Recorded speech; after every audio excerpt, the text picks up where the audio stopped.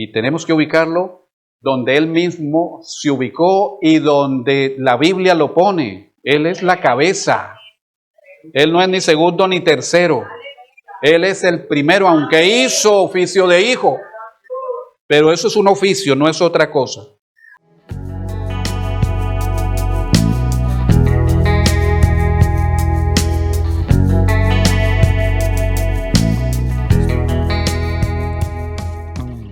Primera de Corintios capítulo 14, verso 26. Primera de Corintios 14, 26, lo tenemos, ¿verdad? Leamos todos a una misma voz. ¿Qué pues hay?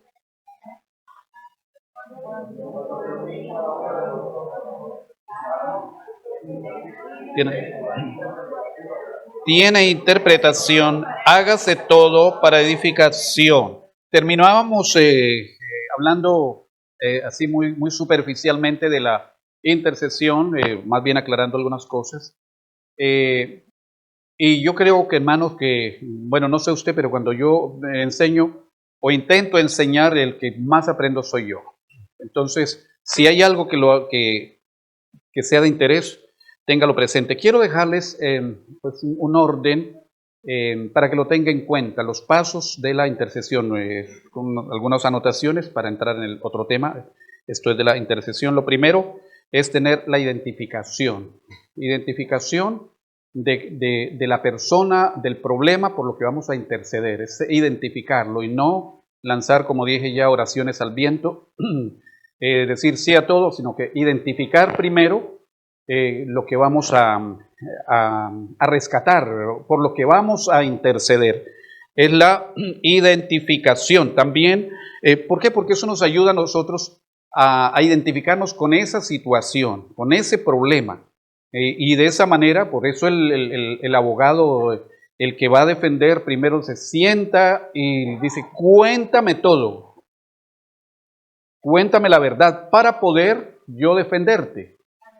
Si no hay ese conocimiento del intercesor, pues va a estar orando y de pronto la situación no es como se le ha dicho, sino que hay algo más. Entonces tiene que identificarse realmente con el problema, conocer de fondo el problema para también preparar la defensa. ¿De acuerdo? Segundo, tiene que sacrificar, tiene que haber sacrificio en esa persona que va a interceder. No puede ser que la vida de ese creyente sea igual a los demás. Es que es diferente. ¿Por qué? Porque está el problema, está el acusador y en medio está usted. ¿Y qué hacemos ahí? Cuando el juez levanta ya el martillo para decir condenado. Usted, un momento, le dice al juez, un momento, y saca un artículo por ahí. ¿Qué hace el intercesor cuando ya parece que todo está perdido? El intercesor acude a la misericordia. Señor, por tu misericordia, acuérdate. Y saca, y el Señor, es cuando la justicia de Dios, que es perfecta. Pero cuando usted le habla de la misericordia, entonces hay otra cosa. Por eso, mire lo que hizo Moisés. ¿Se acuerdan de que Moisés, que era, al principio no era tan manso como sus últimos días? Moisés era un poquito como sanguíneo en su carácter, en su temperamento. Por eso el Señor lo sacó del palacio, lo llevó al desierto. Allí le calmó los ánimos, allí le enseñó para que aprendiera obediencia, mansedumbre. Él salió del palacio, de la comodidad, y vio que un egipcio atacaba a un hebreo y ¡pum!, lo mató. Se sintió con derecho, pero el Señor lo sacó de ahí y lo llevó al desierto. Allí aprendió a manejar las ovejas que eran tercas. No, las ovejas de allá, de Moisés, no. Claro, las de 4 pies, ¿no? No, y el Señor le enseñó eso. De tal manera que cuando Él fue a interceder y a sacarlos, Él era otro. Y por allá por el camino, tan cansado de tanto recibir reclamos, y como que volvió a sacar el Moisés antiguo. Señor, no sé qué hacer con esto, esta gente no va para ninguna parte. Y es más, el Señor le dice, esa gente que tú sacaste, hasta el Señor como que estaba cansando de esa gente, y esa gente que tú sacaste de allá, esa gente hablan cosas que no convienen, me ofenden constantemente, peca contra mí. Y el Señor, y Moisés pues dijo, sí Señor, esa gente, no sé qué hacer con ellos. Y el Señor le dijo, apártate de ahí, los voy a acabar a todos. Los voy a acabar a todos. Pero entonces él se acordó que el Señor lo había mandado con una misión. Entonces el intercesor tiene que sacrificarse, y ya cuando el Señor le dice apártate, él pega el salto y dice un momentito, ¿qué va a decir la gente? ¿Qué van a decir las naciones? Que los sacaste para matarlos. Y comienza a sacar los decretos de la palabra y a ponerle argumentos al Señor para que no matara a esa gente. Entonces el Señor le dice, bueno, sigue, llévalos a la tierra. Entonces el intercesor tiene que, en el momento en que está ya el decreto listo para ser publicado, decir, condénese, publíquese y cúmplase, la condena está lista, ahí sale el intercesor. Amén. Con el decreto llamado misericordia. Misericordia, y ahí es que le llora al Señor. Y ahí el juez tiene que cambiar el veredicto. Tenga eso en cuenta. Entonces, sacrificarse, ponerse en que si le tocó a usted ser el culpable, usted es el culpable, pero al que estaba ahí lo saca del corredor de la muerte. Al que ya estaba sentenciado lo saca. Gloria al Señor. Entonces, el sacrificio. Y tercero, la autoridad. El intercesor tiene que tener la autoridad, pero esa autoridad no es por gritar o no es por el cargo. Recuerden que esa autoridad se la da el Señor cuando usted sacrifica, cuando usted va e intima con el Señor. De ahí sale usted, mire, ¿cómo subió Moisés y cómo bajó? Subió, no sé, no estaba tan brillante, pero cuando bajó, después de intimar con el Señor, ni la gente se le acercaba porque reflejaba santidad, reflejaba poder. Gloria al Señor. Entonces ahí es que hay autoridad. Cogió las tablas y las rompió y la gente quedó callada, le dio temor. Porque un hombre, una mujer llena del Espíritu Santo produce respeto. Produce respeto en otra persona, en otro creyente. De tal manera que cuando se le llama la atención, uno que está lleno del Espíritu Santo, que tiene autoridad por el Espíritu, amonesta a alguien, ese alguien se queda callado. Pero si el que va a amonestar va en la carne, eso es, sacan chispas. Por eso hay que primero ponerlo al fuego, para poder darle con el martillo. Cuando está caliente, eso se dobla fácil. Eso cede, pero golpea usted un hierro caliente, un hierro frío. Eso salta, pero métalo al fuego. Está calientito, ahí lo golpea. Entonces usted primero métase en el fuego, métase, que Dios lo haga sensible a usted, para cuando le hable a la persona, lo amoneste. Oiga, esa persona, esta gente me habla con autoridad. Este que me habla tiene de Dios, esto no es así nomás. Entonces, la autoridad del intercesor. Amén. Esos tres puntitos, la identificación, el sacrificio y la autoridad del intercesor. Amén. Entramos al otro tema que teníamos. Bueno, quiero aclararle algo, hermano. La intercesión no es una doctrina. No es como, no se ve como una doctrina. La oración sí es una doctrina de la iglesia. La intercesión no, es parte de lo que es la oración organizada con objetivos, porque eso es la intercesión, una oración constante con objetivos claros.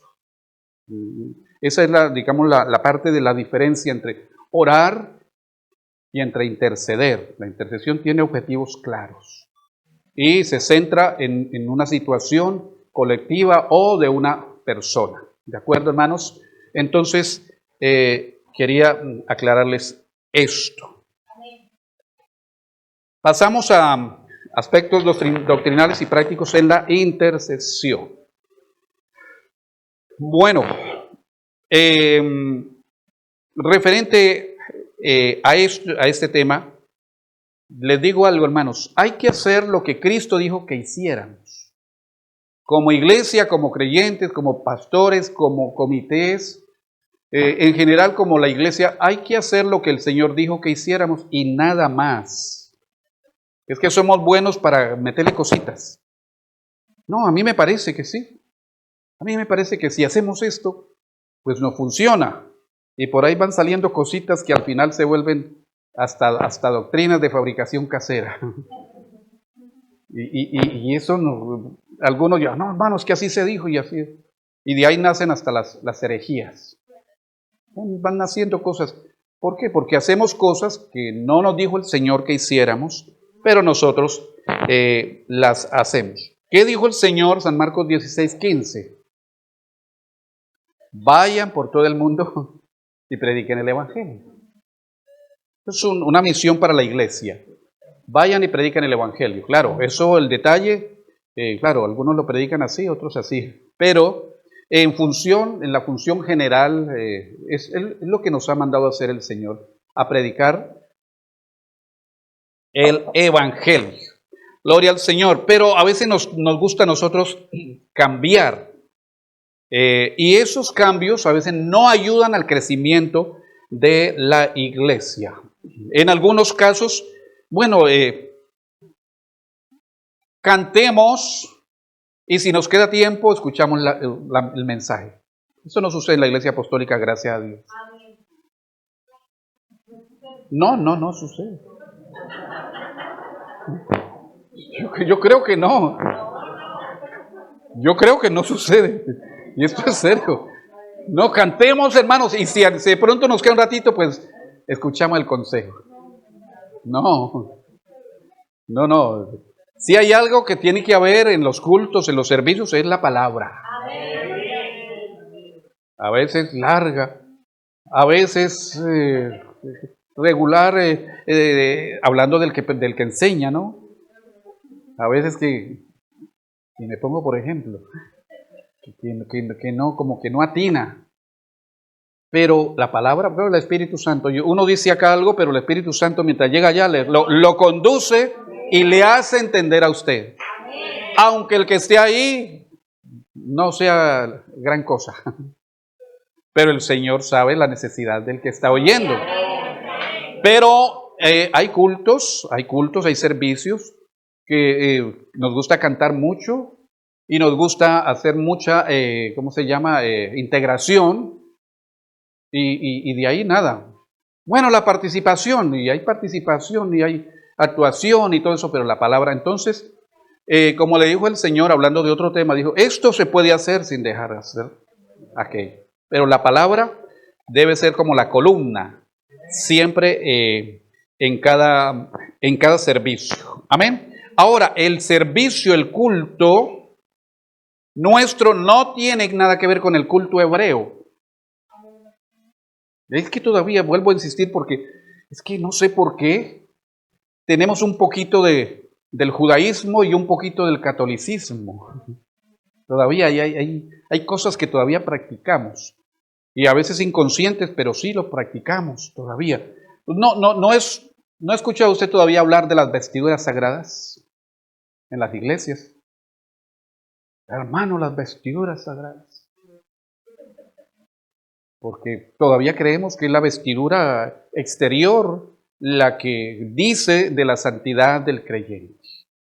Pero eso no es, eso era para allá, porque recuerde que ellos tenían por símbolos, por cosas visibles, de todo eso tenía un significado y la Biblia lo declara que eran sombras.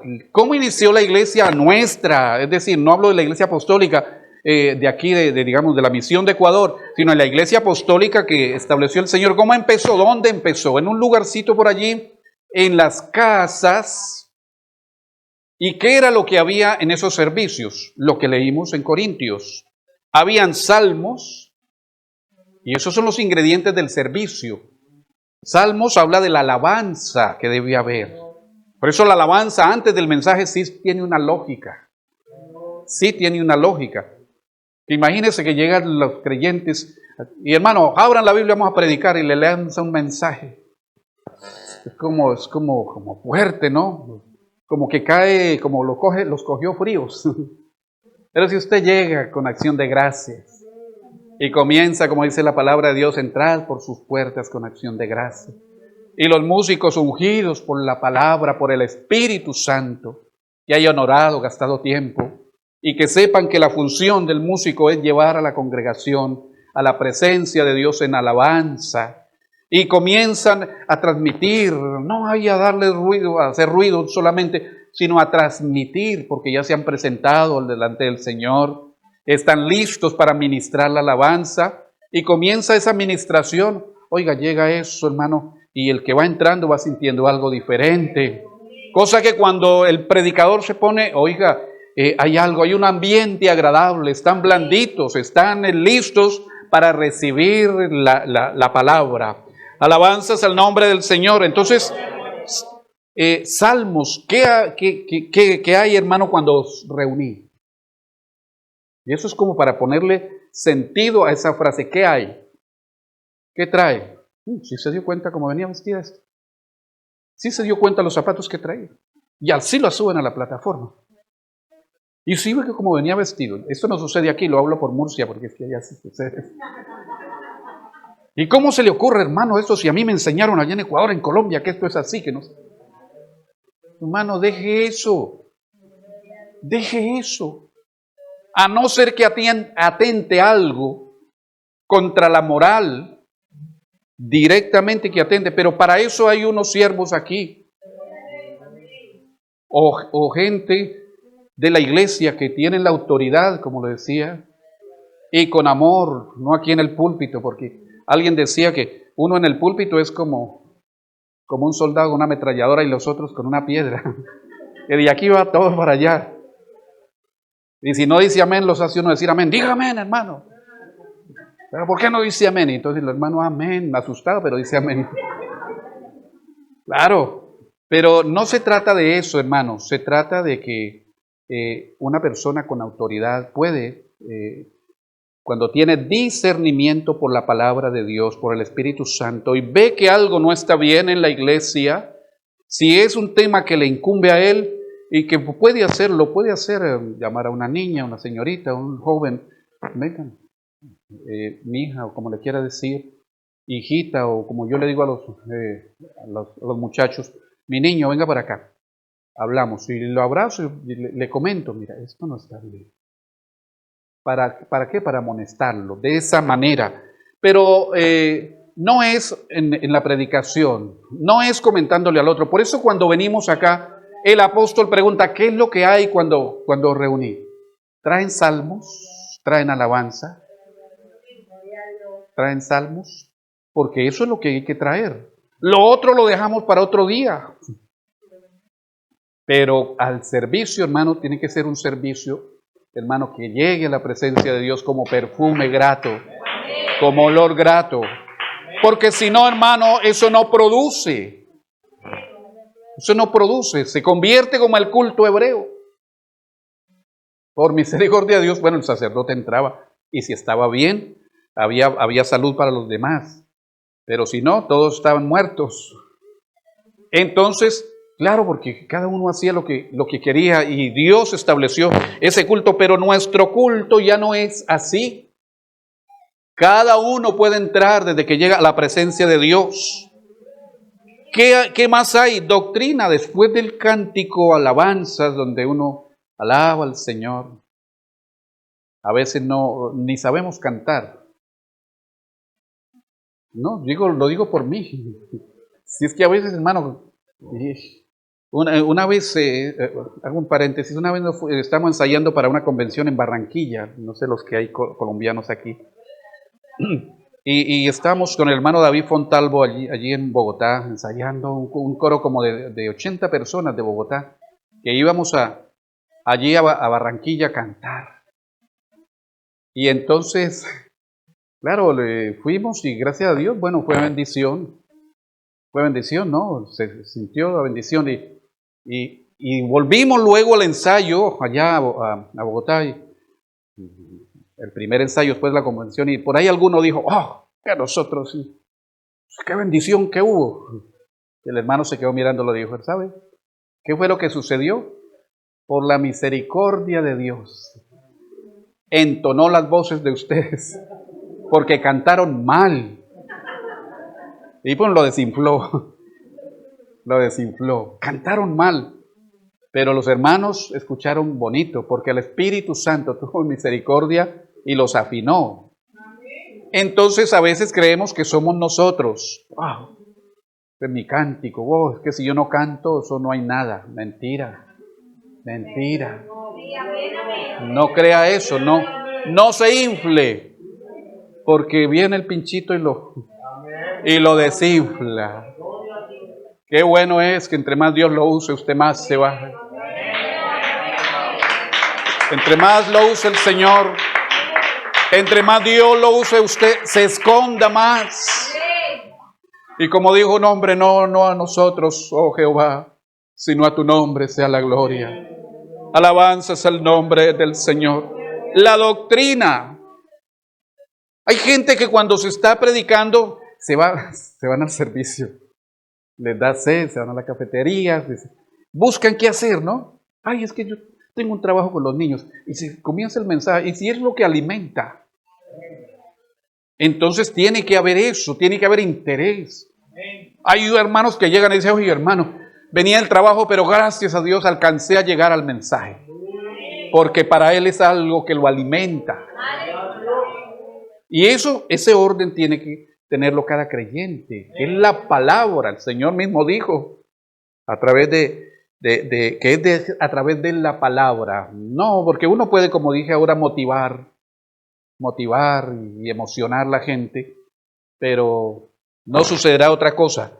Pero si es por la palabra sí que hace cosas extraordinarias a través de la palabra. ¿Qué más hay en el culto? ¿Qué se puede presentar en el culto? Lenguas. Amén. Revelación e interpretación. Es normal que alguien que escuche el mensaje termine hablando en lenguas. Y les voy a preguntar algo que me he preguntado yo estos días. ¿Por qué la iglesia, por qué los creyentes solo hablan en lenguas en la iglesia? Algunos. ¿En su casa hablan lenguas? Ah, qué bien. Gracias a Dios. Porque tenemos eso que si no es en la iglesia, no se habla. Es más, el apóstol aconseja que si es en la iglesia se haga todo en orden. No que hablen, hermana, el Señor le bendiga. Otra que está fugada de España.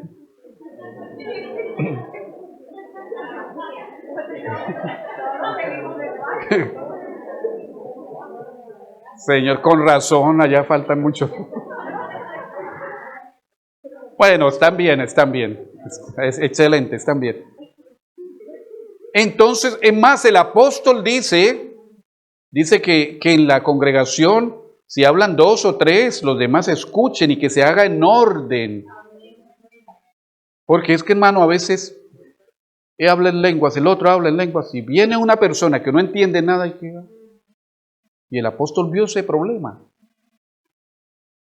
Mejor hablar 2 palabras con entendimiento que hablar muchas lenguas y que nadie puede interpretar lo que está diciendo. ¿Se edifica la persona? Se edifica. ¿Habla con Dios? Sí. Pero para la iglesia no edifica. No edifica, no. La persona. Entonces, qué bueno que nosotros sí hay interpretación. Y eso es lo que hay que pedirle al Señor, que haya interpretación. No prohibir que hablen lenguas, porque eso es una bendición. Pero, ¿para qué hablen lenguas a oídos de todo el mundo? Usted viene aquí el día tal a hacer la oración y aquí habla en lenguas todo el tiempo. Y habla con el Señor, porque hablar en lenguas es un lenguaje que da el Señor especial. Hablar en lenguas, hablar en el Espíritu, un lenguaje que da el Señor para hablar con Él e interceder en el Espíritu. Y eso es un arma, eso es algo positivo.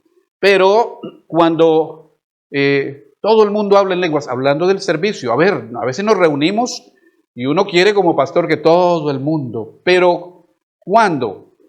Después de oír la palabra. Después de oír la palabra, no antes. Teníamos una situación por allá en un sitio y comenzaba el mensaje y comenzaba un hermano a saltar y hablar en lengua. Siempre que comenzaba el mensaje. Apenas comenzaba y me senté con el hermano. ¿Usted por qué siempre que va a comenzar el mensaje?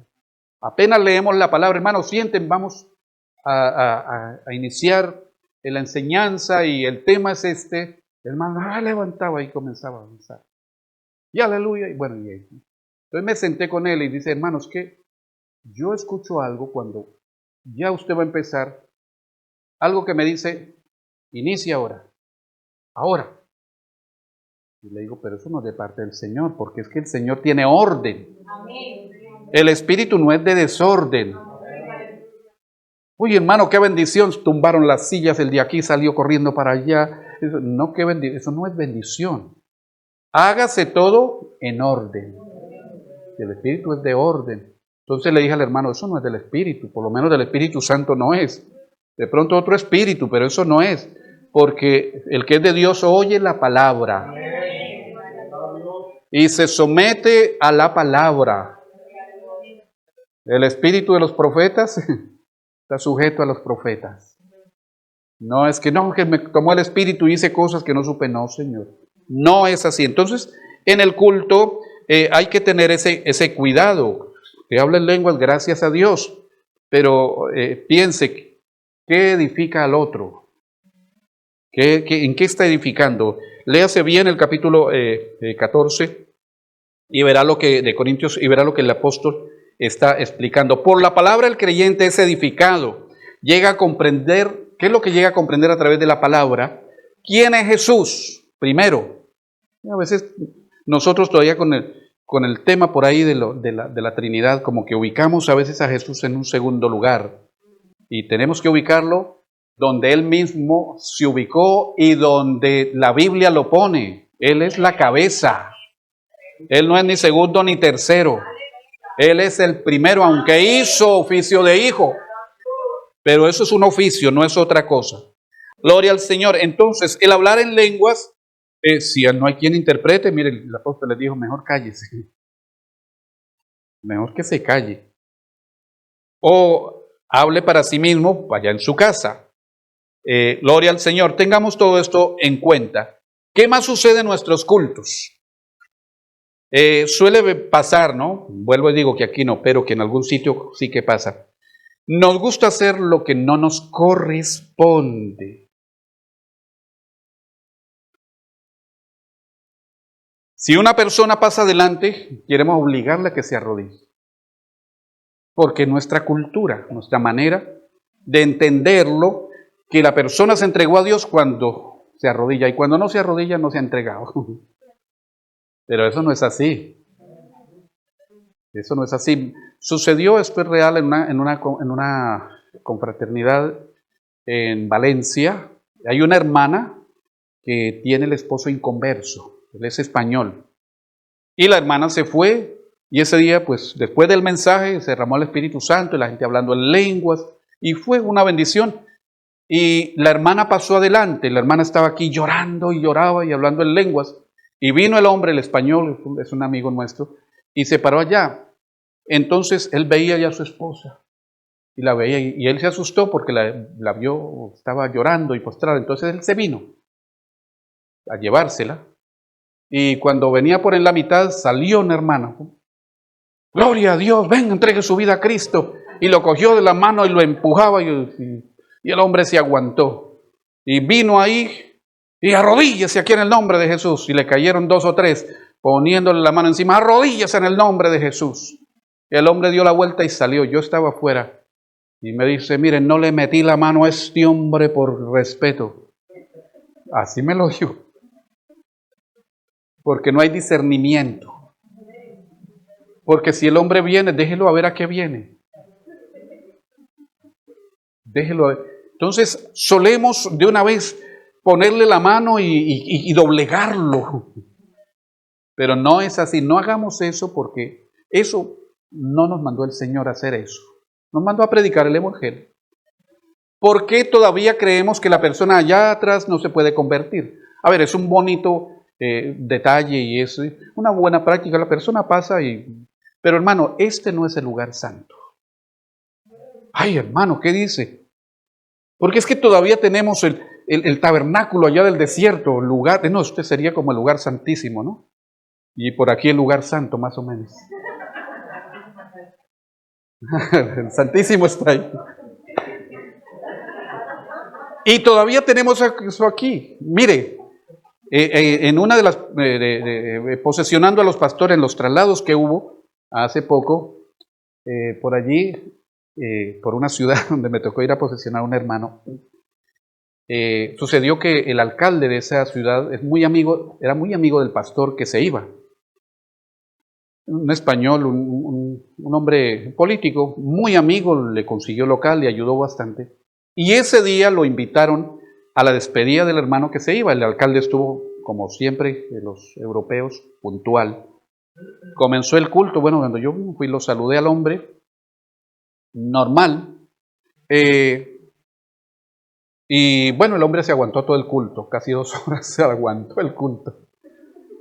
Pero al finalizar, cuando ya estaban dando palabras de despedida a los pastores, con su hija de 16 años, que su hija era bautizada pero no había recibido el Espíritu Santo, póngale cuidado. Entonces pasó el hermano, el pastor, a despedirse, pasó su esposa, aquí al altar, pasó a despedirse. Entonces venía la niña, entonces yo le dije, subiera, y ella me hizo que no. Siga mi hermana, sí. No. Entonces fui yo, ¿por qué no sube? Porque no he recibido el Espíritu Santo. Y aquí no se puede subir. Le dije, suba. Suba, al final se va a despedir, ya no la vuelven a subir aquí. Aquí ya no la dejan subir, pero suba por último. Subió la hermana, se despidió y yo veía realmente a los hermanos. Pero bueno, ahí no termina.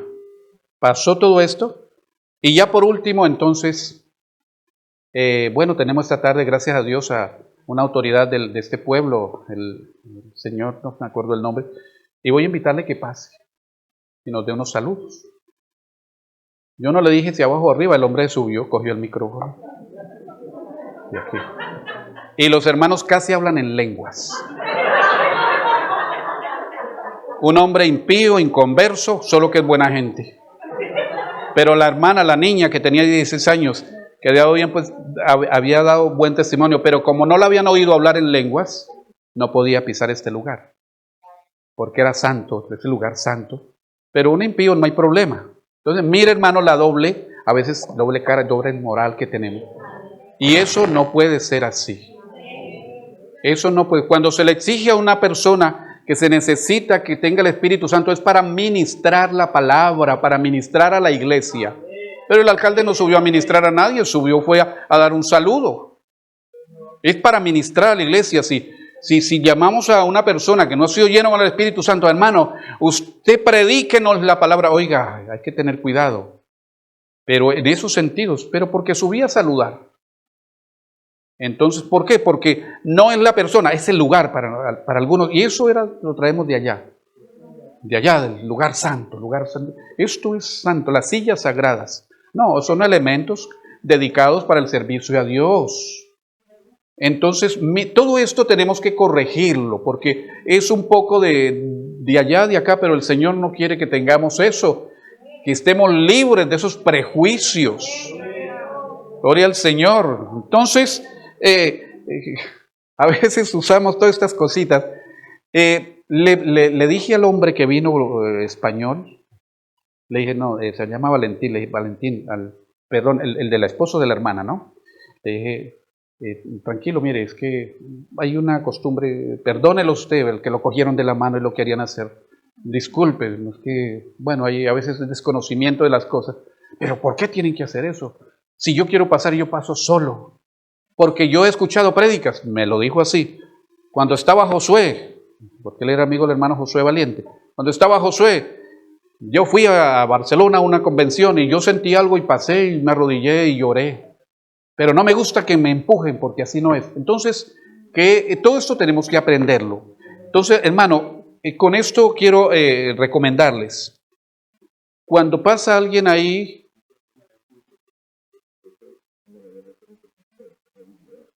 sí, a veces creemos eso, que la labor del intercesor es forzarlo, y véngalo.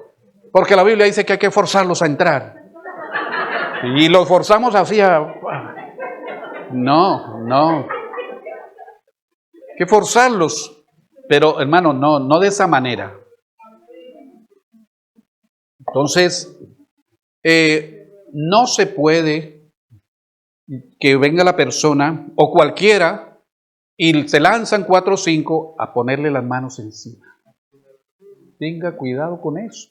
La Biblia dice, no pongas con ligereza las manos a ninguno. No hay necesidad. Menos si este está poseído, porque ahí pasa gente que traen bichos.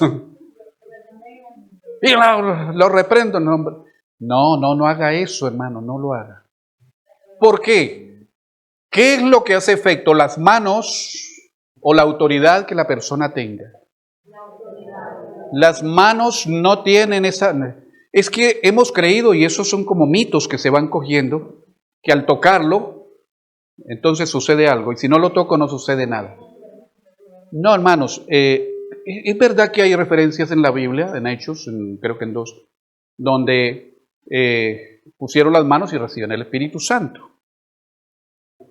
Pero que cuando se estaba predicando y también recibieron el Espíritu Santo.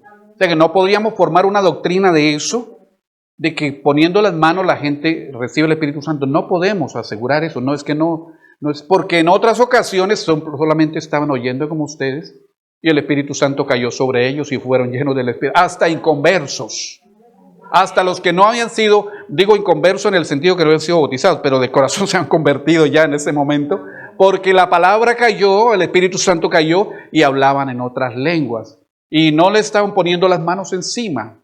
Entonces eso es para tener cuidado, no lo haga. ¿Por qué? Primero, porque no son las manos, sino que ¿para qué o para cuándo? Es que se imponen las manos. Mire, es una simbología. Las manos es como un legado de autoridad. Es como un legado de autoridad. No es que yo transmita, es más bien que cuando yo voy a presentar a alguien porque va a una misión, es como un símbolo de encomendar una función a alguien. Por eso cuando se va a enviar un obrero, se acercan los hermanos y como que ponen ese legado en él y se acercan, con permiso, hermano Samuel, te recomiendo que prediques la palabra, y le ponen la mano como diciéndole, este es el que va a predicar, Señor, guárdalo, y lo señalo, pero no es porque si no lo toco no hay unción, no, entonces no sucede nada, hay que tocarlo, pero eso es algo que nos hemos creado nosotros, eso es algo como algo que se delega para la persona que va a cumplir una misión. Dentro de la iglesia no es que no se pueda, quiero aclarar eso, no es que no se pueda, pero hermano, yo no sé usted, pero, y con mi esposa hemos hablado de eso, yo hay veces voy a orar, pero no siento poner las manos sobre todos. Hay veces yo estoy y me quedo mirando a alguien y dije, voy a orar por este. Y voy y oro por él y le pongo las manos, pero no por todos. Pues no es poner manos a diestra y siniestra como un pulpo por aquí, por allá. No, hermano, no hay necesidad. Usted párese ahí, preséntelo al Señor. Ten misericordia, Señor, ahí, pero no hay necesidad de tocarlo, menos ahora con virus y todo eso. No hay necesidad. Y eso, ahí se tiene que dar el don, el discernimiento. El don de discernimiento viene por el Espíritu Santo. Viene por el Espíritu Santo. Por eso en la oración, en el ayuno, es cuando la persona se fortalece, Dios le revela. Cuando dije que yo voy a ayunar y me meto y que me quedo callado, es porque cuando uno se queda callado, después de orar y de leer la palabra, esa palabra comienza a darle a uno ideas y comienza a mostrarle que lo que debe hacer. Hay gente que va al culto y ora, bla, bla, bla, bla, bla, bla, bla, bla, bla, bla, y se les seca la boca de hablar. Y el Señor dice, oye, calla un poco, que te voy a contestar. Que no me dejas hablar, espera un poco. Pero el hermano está el Señor Jesús, y esto, espere, calle, calma un poquito, y escuche. Porque en el silencio también habla Dios. Amén. Gloria a Dios. Entonces, todo esto tiene que estar en la iglesia, el discernimiento de espíritu. Antes de ir a orar por alguien, antes de ir a poner las manos, tenga discernimiento, porque puede meterse en problemas, poniendo manos a diestra y siniestra. Gloria al Señor. Entonces, el don de discernimiento es discernimiento de espíritus y discernimiento en general. De cierta manera está en todos los creyentes nacidos de nuevo. Porque el creyente nacido de nuevo ya comienza, porque ¿qué es discernir? Es analizar, mirar y actuar. Oye, yo miro, yo pienso, y entonces lo llevo por el Espíritu, lo llevo a la palabra. Esto sí, esto no. Es cuando el creyente comienza a discernir. No todo amén, amén. Hermano, yo era un borracho, amén. Espera. Hermano, yo era el ladrón, amén. Pero como solemos decir amén a todo, y el apostólico es dado a reprender a todo, ¡hay poder! Reprende. Y a decir amén y a reprender todo. Pero no, hay que escuchar. Hay que escuchar. Entonces, discernir es eso, hermano. Pensar. Llevarlo a la palabra. Y si la palabra lo aprueba, entonces voy a hacerlo. Voy a hacerlo. Por esta persona, por este muchacho. Voy a hacer esto. Voy a interceder por esto. Pero de esa manera, no de una manera sin un objetivo claro, sin saber qué es lo que estoy haciendo. No, ahí vinieron como 10 y yo oré por todo eso. Una vez llegó una hermana y me dijo, hermano, 20 personas entregaron sus vidas al Señor. ¿Dónde? ¿Cuándo? ¿Cómo? Y me subí en un autobús y les prediqué la palabra. Y les pregunté, ¿ustedes están de acuerdo? Me hicieron así. Y bueno, ¿y qué pasó? ¿Cuándo entregaron? No, yo, como hicieron así, yo entendí que ellos habían entregado su vida al Señor. No tener un poco de discernimiento, no, la gente la escuchó, pero que entregar sus vidas al Señor estaban lejos. Entonces, a veces damos cosas por hecho que no son así. Entonces, siéntese, piense, y no seamos tan emocionalistas. No seamos tan... Me sucedió algo, uno aprende. Venía yo, fui a dejar a mi esposa que estaba trabajando, estaba yo en Lanzarote, y fui a dejar a mi esposa allá al extremo de la isla, y de regreso a casa, pues, como hay mucho guiri por allí, mucho gringo, entonces apareció una señora anciana, y hizo así. Yo dije, esta mujer, como es un poco desierto, ¿la llevo o no la llevo? Bueno, paré un poquito más adelante. Era una señora alemana. Algo hablaba el español y entonces comenzó a preguntarme qué hacía yo, pues conduciendo, pero con esta mano le explicaba esto y no sé. Habíamos andado un poco y se enojó conmigo. ¿Por qué levantas las manos? No me hables con las manos, háblame con la boca. Y yo le estaba explicando que predicamos el evangelio, que hacíamos esto, que no sé qué. Entonces ella pues no le gustó porque su cultura es de hablar calmadamente. Y yo me estaba emocionando porque ella dijo al principio que qué bonita la labor que hacíamos.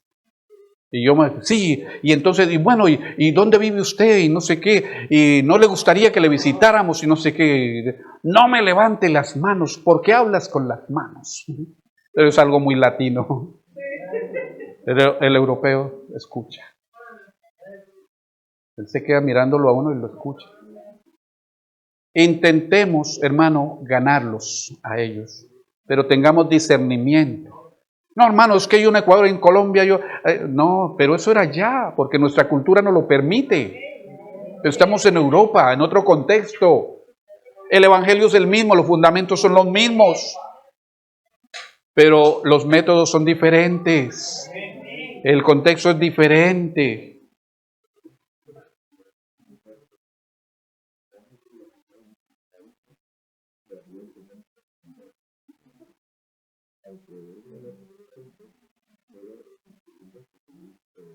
Modificar. Sí, señor. Hermanos, no, sí, es que ya lo voy a... aunque nuestros países, dígalo usted, ¿no? Dígalo que nos ayuda, claro. Así no se duermen.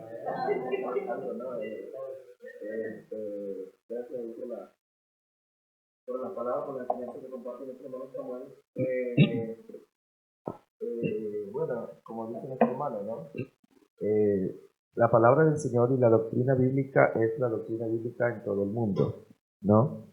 Y esto de pronto de empujar a alguien a que pase al altar o de ponerse en manos sobre todo el mundo, es verdad que esa costumbre no la vemos por acá por los europeos, lo vemos más en nuestros países latinos, pero dejando a un lado lo que es costumbres de países, vámonos a la palabra del Señor. Amén. Entonces, la doctrina es la misma, o sea, aún en nuestros mismos países no debe hacerse eso. Amén. Amén. No debe hacerse eso, o sea, aún sea que nos regresemos de aquí a Colombia, Ecuador, a nuestros países, allá tampoco debemos hacer eso de coger y empujarlo o adelante o poner manos sobre todo el mundo en todo momento o con ligereza, porque sencillamente, no porque sea una costumbre latina, sino porque sencillamente no es lo recomendado por la palabra de Dios.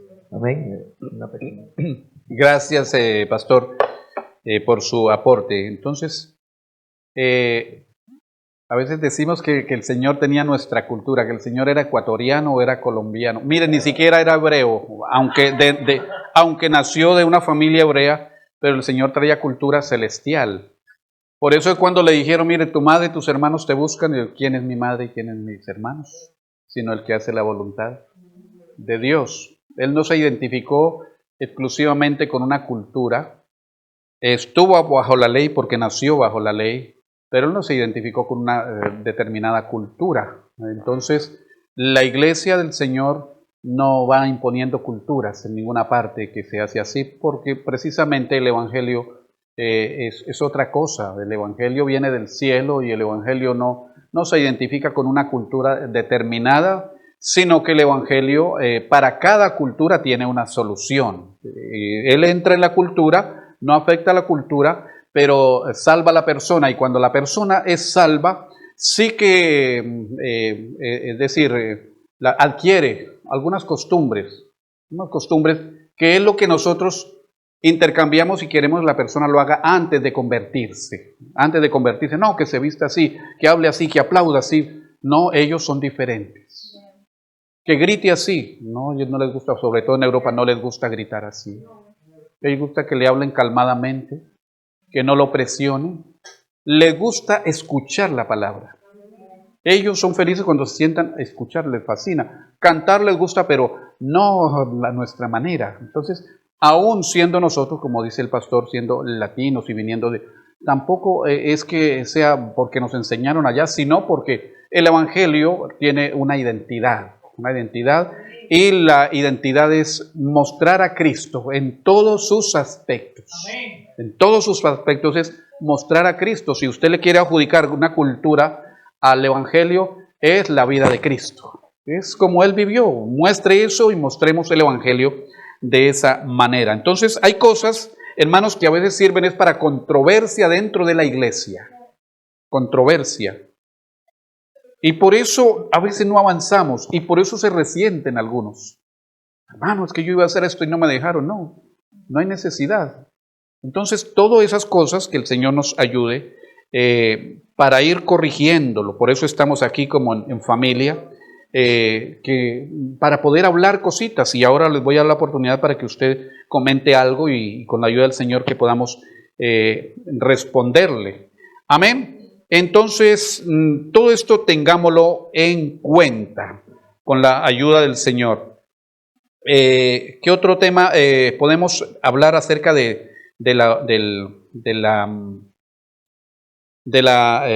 discernimiento de espíritu? También hay algo que a veces nos metemos y es a reprender y a demonizar hasta el culto.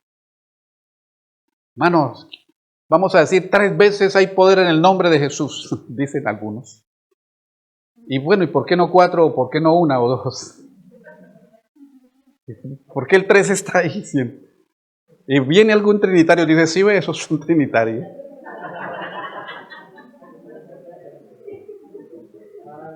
Inconscientemente estamos yendo por una corriente que no es la nuestra. Inconscientemente.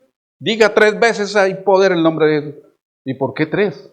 Entonces el trinitario dice, sí, va el Padre, el Hijo, el Espíritu Santo, ahí están las 3. No, hermanos, si se presenta algo, usted invoca al Señor. Con una vez es suficiente. No hay necesidad de... todas esas cosas es bueno para irlas corrigiendo, pero tampoco hay que estar reprendiendo, más bien corrigiendo cosas, en vez de estar reprendiendo tanto. Reprendamos al diablo. Mire que ni los apóstoles ni los profetas se atrevieron a reprender al diablo. No se atrevieron. Cuando peleaban por el cuerpo de Moisés, ¿qué dijo el ángel? Ni siquiera el ángel fue capaz de decir, no se sintió con esa autoridad, dijo, más bien dijo dijo Satanás, el Señor te reprenda. Pero nosotros que somos más audaces y más, no, reprendo al diablo. Y lo reprendo, no, y a veces no es el diablo. Es que a veces, ¿por qué digo que no es? Él sí anda por ahí alrededor. Pero hermano, donde está un hijo de Dios, ahí no está el diablo. Él sí anda. Intenta por ahí arañar, poner cositas, a ver en qué cae, pero uno como sabe, es como cuando hay un perrito grande, nosotros tenemos uno así grande, y todo uno lo aplica, y ese cuando sale un perrito pequeñito, por ahí, guau, chiquitito, lo mira así, pero él sigue, no le pone cuidado, pero ve uno grande como él, y se le lanza. El creyente no tiene que, ay no, hermano, que esto... Usted siga, usted está cubierto con la palabra de Dios, usted tiene la promesa del Espíritu Santo, usted tiene la armadura de Dios, no le ponga cuidado por ahí. Hay pruebas que se vienen, pero entonces usted escóndase en el Señor. Hay tentaciones, hay de pronto que si el enemigo intenta para que usted se caiga, y eso comienza por ahí con un punto de vista doctrinal o con una murmuración, con algo, comienza así poquito y eso va creciendo. Pero cuando usted se dé cuenta de eso, digo, vaya, corre hermano, venga por aquí, arrodíllese un día solito o en su casa, hay poder en el nombre de Jesús. Y reprenda eso y sáquelo para que no le dañe. Cuando sienta cosas así, no lo comente con nadie. No vaya corriendo, hermano, mire que es que estoy pensando por lo que vi. No haga. Enciérrese con el Señor que le dé discernimiento. Dígale, Señor, ayúdame, porque esto que estoy sintiendo no está de acuerdo a la palabra. Y no quiero dañar a nadie ni intoxicar a nadie con este comentario. Ayúdame, sácalo de mi corazón. Si es algo que me ha herido, que algo que me está haciendo daño.